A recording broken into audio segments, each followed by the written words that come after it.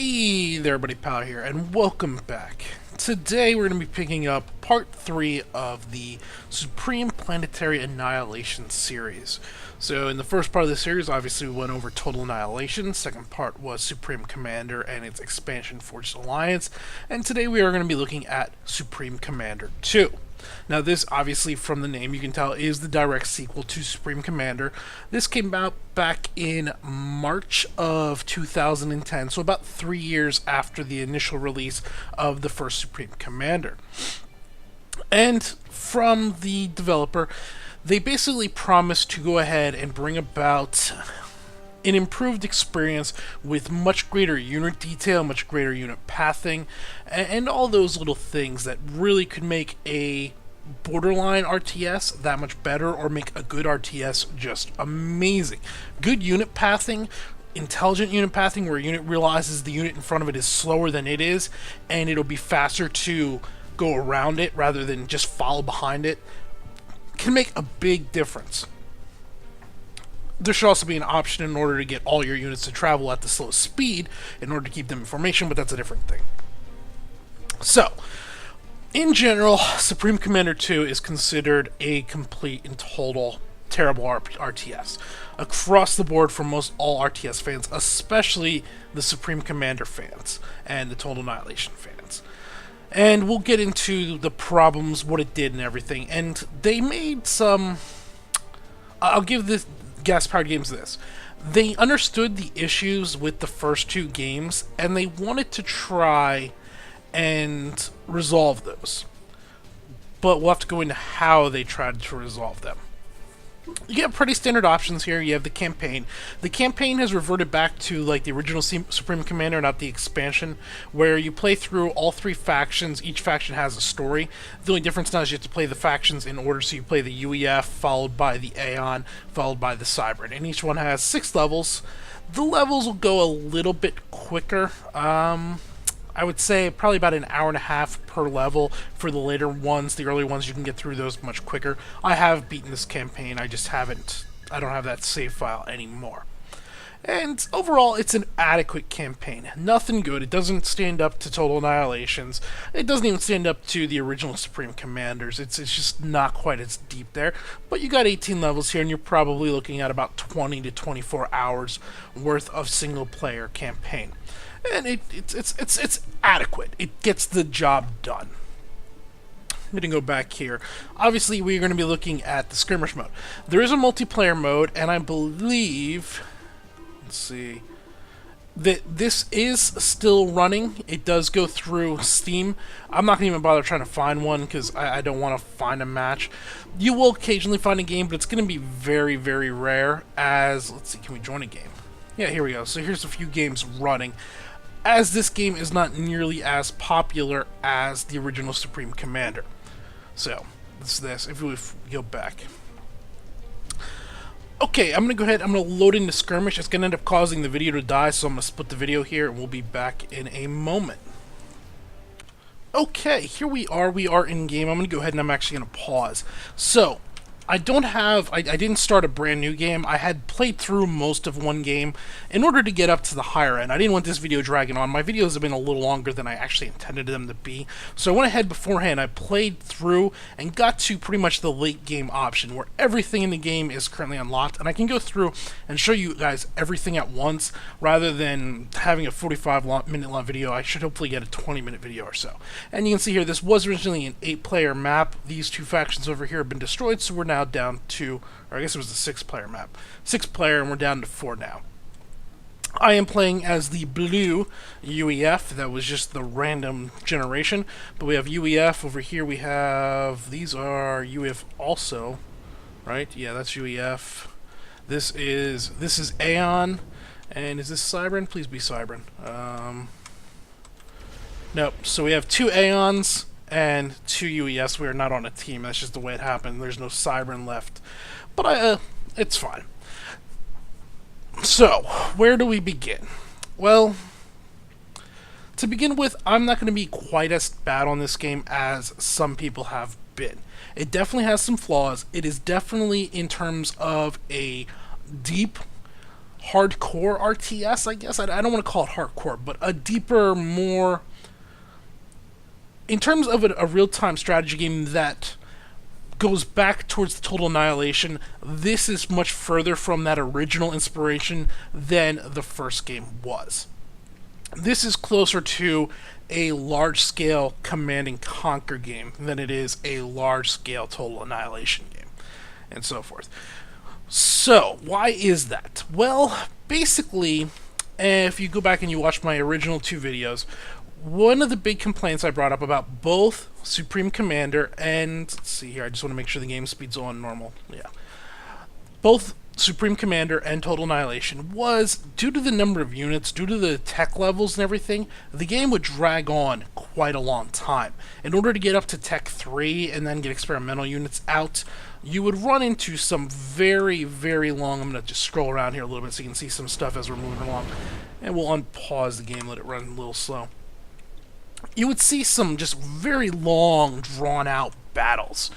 And in order to fix that, the guys at Gas Powered Games, for at least I believe this is what their reasoning for, was there's one of 2 possibilities. Either they ran out of time and resources, or they thought that this would alleviate the primary problem. Let me, let's see here, we're going to queue up a bunch of these assault bots.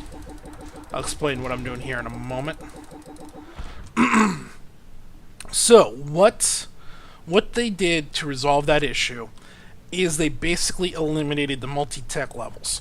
Now you have air factories, or this is a land factory, and the land factory has 1 tech level, only 1 tech level, and it'll never be upgraded from that.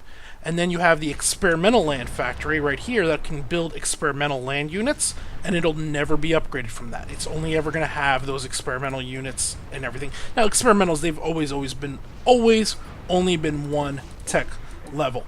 So that's nothing new. Let me see here. This is on rebuild. Okay. Let's build that and that. I just want to get one of everything out on the map so you guys can see it. We're going to need a aircraft carrier. And we're going to need a, what is this, Titan or something it's called here? Triton. While those build, we'll keep going. So, as I was saying, if we come in, let's go to the air factory. If you remember the air factory from the original, like Supreme Commander and Total Annihilation, it had 3 base vehicles, then at Tech 2 it had an additional 2, and then at Tech 3 it had another 3 or 4. This is all we have. We're ignoring the engineering unit. We have these 4. We have the fighter, we have the bomber, we have the gunship, and we have the air transport, which is just a transport craft. So basically we have 3 attack craft and a transport. Under add-ons, what we can actually do is, if you look in here, this guy, can you see it? You can actually see it. He's got additional defenses on him. Oh, there you go. You can kind of see the shield dome around it. So it's got a shield dome, it's got anti-air turrets built onto it, it has a radar system, and a tactical missile launcher. So there's the missile launcher. Or that's the AA system, that's the missile launcher, that's the radar, and so forth. It has a few add-ons. That's what the add-ons do. Basically, what has gone on in this game, just making sure we're not going to lose anything major while I'm talking, as that would be funny. I could always just reload it again. What they did, they added in a 3rd new currency. That's what all these structures right here are. So, when you first start off the game, if you put down an air factory, you come in here, you're going to have the Wasp, the Bomber, and the Engineer. And that same Wasp you're going to have the whole game. But through this new research technology, you can now upgrade those. So if we come in there under air, you have this research tree. And as this fills up, it automatically goes. You can see here, you come through here, and you do things. Like this adds 10% health and damage. This increases veterancy rate, which is how quickly it ranks up. We'll get into some of that. Increases radar, increases vision, increases health, increases armor. So through this extra currency, you improve this one aircraft. You're going to always have the Wasp, but the final Wasp that's been fully upgraded is probably 50 to 80% more powerful than the low-level Wasp. It gets significantly stronger. This is also how you get experimental units. So right here is the AC-1000, which is Right here is a bunch of AC-1000s. Basically, these big gunship-looking guys here. These are the first-level experimental unit. These are picked up through research. And most everything, that is how we go about the game. I'm getting my army up here to just start rolling through these guys. Come on, army. Come down here a little bit. Okay, good, good. Just making sure nothing's gone too crazy. And it's queued up still, queued up. So, that's where the game really veered off. Rather than focusing on a whole bunch of units, they focused on a few units, and then you upgrade those units throughout the game, rather than gaining new, more powerful units. And in theory, it doesn't sound all that bad, but in practice, when you look at the draw, what a lot of people came to the Supreme Commander franchise for, it moves away from what we originally wanted, what we originally expected. And that's the problem here. There were other pretty big changes. For example, up here you can see now max unit cap 500. So they lowered the unit cap down from 1,000 to 500. They have the unit cap rather than keeping it the same or increasing it. They also did some things like auto repair. So if we come in here and any of these guys can go see if we can get one of these damaged without getting it killed. Or where's one of my aircraft? Basically, every vehicle, every structure, everything in the game has a slow self-repair going on. And basically, if you take damage but aren't destroyed, here we go, this guy right here, he's got a little bit of damage done to him. So if we mouse over him, we'll see in the lower left there, and he has 1,663 max health, and he's at like 1,430 or 1,490, and it's slowly climbing up. So he automatically self-repairs throughout the course of the game. It's a little change, but it's a weird change, because one of the big things about the strategy of the original Total Annihilation was keeping your heavy units alive, having escorts, constructors to go with them and repair them automatically, having all these little things that would do weird things. Even our power plants, you can't actually see it here. Oh, right here. This front little, you might see this arm. This arm is actually a repair unit. So if I took a missile here that didn't destroy these power plants, they would repair themselves. Just automatically, right there. Oh, you can see a pretty good mark right there. These power plants were just repairing that bomber as it flew overhead. Now, this is kind of nitpicking. It is. I can't deny that. The problem is, if you take Supreme Commander 2 as just a random game, let's call it, I don't know, Ultimate War 17, or not a number, but Ultimate War. If it was just on its own, it would actually be a decent RTS. Not a great RTS, a decent RTS. However, for me at least in particular, I came in with certain expectations about what I wanted out of this game. I wanted it to be the sequel to Forged Alliance. I wanted it to take what was a very good RTS and just make it a little bit better. And in terms of that, it took steps back. And I'm not the only one that believes this. Most everyone that is in the Supreme Commander fan club thinks this way. Now, it doesn't do everything wrong, though. It did some very neat things. It did detail, heavy-duty detail, better than just about anybody else has. Let's keep some battleships. So we got a carrier. If we go ahead, and we're going to look at some of the experimental units here. If we take this guy, this is one of our experimental walkers. I just want to turn him around so he's facing back towards us. The detail on these vehicles that they made, I mean, you can kind of see this here. The detail on the craft that they put in is really, really good. It's absolutely terrific. And this guy turns around here. And look at some of what they did here. This is fully modeled. These are all guns, and when he gets into combat, these shoulder cannons will fire. These are missile launchers. These will fire, and you can actually see the rounds coming out of them. His crown unit up here is actually a tactical missile launcher. And you'll see missiles coming out of his crown. All of this has been fully rendered and done in 3D. And it looks terrific. Heck, even if we come down here, this is the new mass extractor. And you can watch here. What's going on here? I hear a lot of firing going on. I could hear some major damage going off. Anyway, come back in here to the mass extractor. So you can actually watch this guy. It's digging holes, and then it's taking in its process and everything. This is amazingly detailed work. It's It's really, really good. Let's look at something else. Oh, okay. This gun here. So we're now getting into some of the experimental stuff, some of the good stuff. So for experimentals purposes, now we're only looking at the UEF. We got several different things. Out of the experimental aircraft factory, we gain the AC-1000 Terror, which is this guy here. He's kind of the low-end one, and you can produce them in pretty mass numbers. If I look in here, I have 9 AC-1000s, and I've lost quite a few of them. In fact, we're going to put these guys on mass production, because they're awesome. Going to come back over here. That's building that, okay. Look at this gantry. So if we can get the camera high enough? Down inside there, here is that thing coming up and out, and it's actually rendered down below, and as it comes forward, if we build this big mech dude, which we'll do here in a moment, we're going to build some of these mechs, and we'll put that on repeat. When this thing drops down, you can actually see that tall mech being constructed inside of this. Oops. Oh, there goes another enemy. What was I saying? So, there it is. Look at him. Look at how amazingly well rendered this is. It's great. It's so sad because I don't play this because the actual tactical side is terrible. And I guess that's where it all depends on how much of an RTS fan you are. Whoa, whoa, whoa. Whoops. There goes another one. Thank you, artillery. We're going to actually shut this artillery down. Can I turn it off?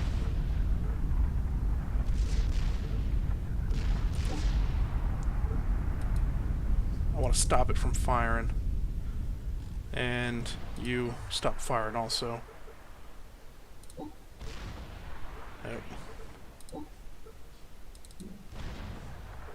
Oh, they're going to keep firing. Hopefully this guy won't die too quick.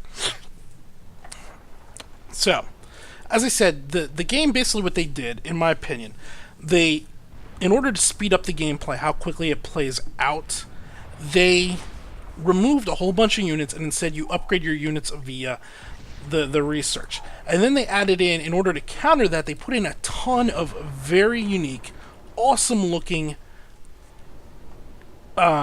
experimental units via, like we were showing, we have these big walking dudes. We have the Fat Boy tanks, which are making a return. They're a little bit smaller than they used to be, but this is a big tank guy. And he's got main cannon, all kinds of side cannons. We have this unpackable artillery unit here.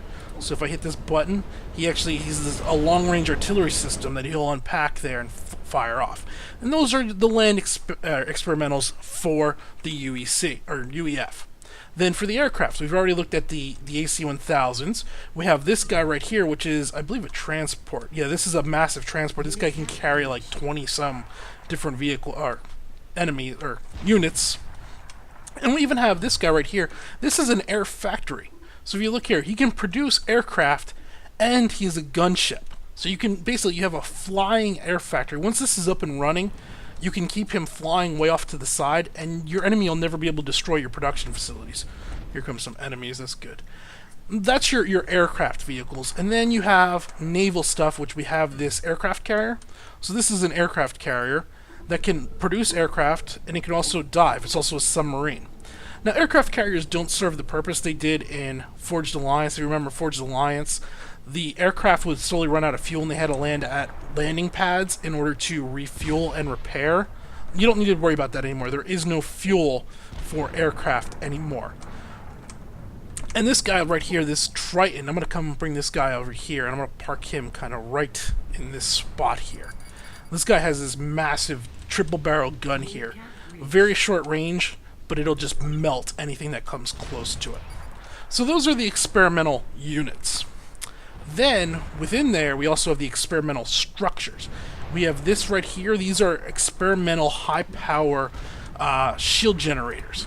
Very high-power shield generators, much larger than the standard ones. If we look at, well, these guys are going to have them. Well, if we look here, this is their standard shield generator. See, you need about 5 of those to cover this area. Where basically one of these covers this entire lower area if I had gotten it centered. So we have that. We have some unique other things. We have this cannon, which we're going to show off here in a moment. We have the disruptor cannon. The disruptor cannon fires off magnetic shells that when they land, you can see they kind of shotgun out as they fire, but they will also disable structures in the area. If they don't have enough power to destroy them, they set off kind of like an EMP. You can see the EMP going off there. That'll disable the structures that it hits around. It's kind of neat. It's not all that useful, actually, as it's so indirect. This is just standard long-range artillery. What else do we have experimental-wise? I'm trying to think here. What else do we have, Commander? Experimental. The disruptor, the carrier. That's basically it in terms of everything experimental. So just the overall reduction in units, I guess, is what I'm trying to show here. Of course, are they really going to come out here? This is going to be pretty good. So they're attacking me with one of their big walkers. So this is the Aeon's version of my walker. Similar, slightly different. Mine has higher firepower. Theirs is faster, if I recall.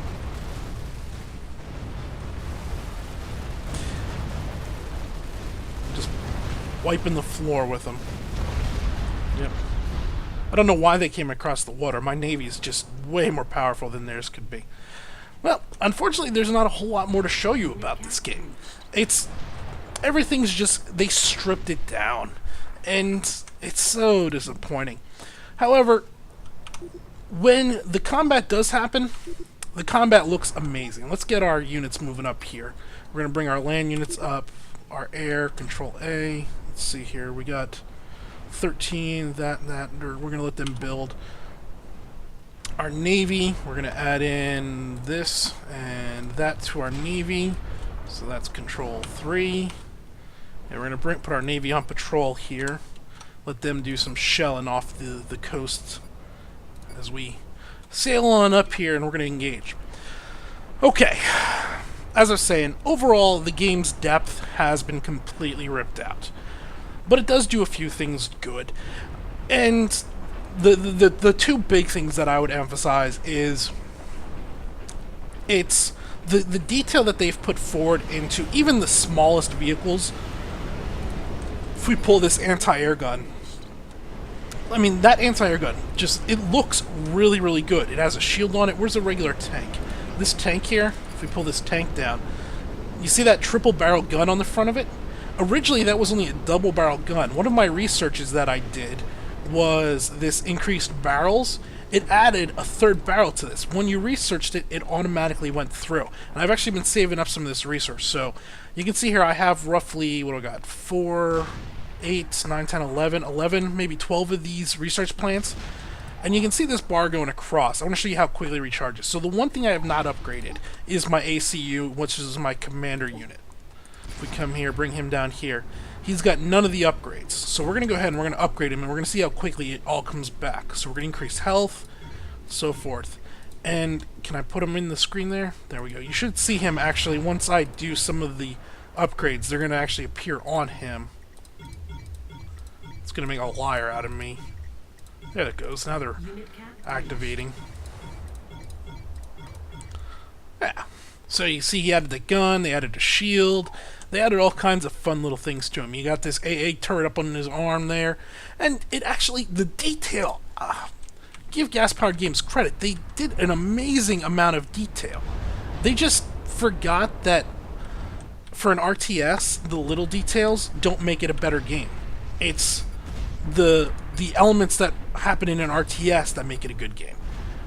We're going to bring these guys up here. These things just, when they start firing, it's insane.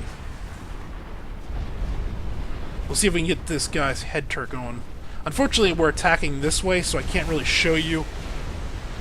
Here we go. There he goes. You see the rounds actually came out of his head. His shoulder pods are open. They actually opened his shoulder pods. Those front cannons are firing. The amount of work they put into making the game look great, I really appreciate it. And it makes for some awesome looking battles, like we're going to get right here. Pretty good one. But an awesome looking battle isn't a strategic battle all the time, and it almost never is. In fact, it's kind of the...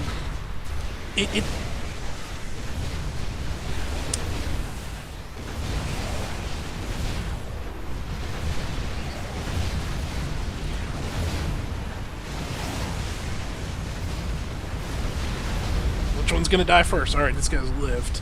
So you can see his health went down pretty far. He's down to about a quarter of his health left, maybe a third. So I'm gonna go ahead, I'm gonna move him to the back of the combat line and bring him forth. What I was trying to say... Early on I said that I believe they made these decisions in order to counter the problems with the original Supreme Commander. And what I'm saying is, basically, I hope in their minds they went ahead and said, you know what, we gotta make the game run faster. And the best way to do that is to eliminate the 3 tech trees. And the best way to do that is eliminate 30 different aircraft. And do this so you can, once you're producing your aircraft, they automatically just go. And as you research new things, this is already back up to 100 here. That's insane. As you research new things, so like that barrel attachment I was showing you for the tank, any tank that had been produced before I did that research automatically gained that research. So it's not like you have to go back and retrofit your old aircraft or your old vehicles. No, they just instantly have the most powerful stuff as you research through it. Let's go ahead and pull some aircraft. Alright, I'm here. Patrol up to there, down to there, up to there. That should get a pretty good run going. We're going to bring these guys here. And we'll nuke them also. Did I ever build a nuke? Oh, we forgot this gun. Another great example of what is just some awesome ideas they put in this game. So this is a cannon that fires units, can be used to fire units across the map. So let's see here. There's not a whole lot of defenses out here. Maybe we want to take this whole thing out. So I'm going to go ahead and I'm going to target this here, and then I'm going to come back down and watch this cannon. Watch this cannon as it turns. What you're seeing in this image, these health bars, in these cylinders here are units. And as this cannon fires, you can actually watch the units go down out of the unit. You actually see, you see the lines dropping? The detail they put into this is just insane. And then if we come up here, these guys are going to come falling in here. And it's actually pretty neat. Here they come. There you go.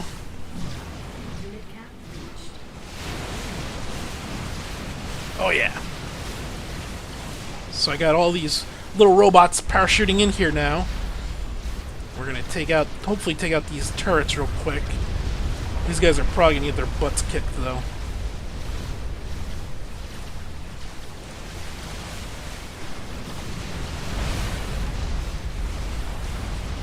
I mean, this gun adds a strategic element to the gameplay. Unfortunately, everything else removes that strategic element. And the game just suffers from that. Got our aircrafts here. Here come our gunships across the bay. This is going to be pretty awesome. Why aren't they attacking? They're supposed to attack here. You guys aren't just supposed to when you patrol, you're supposed to attack anything under you.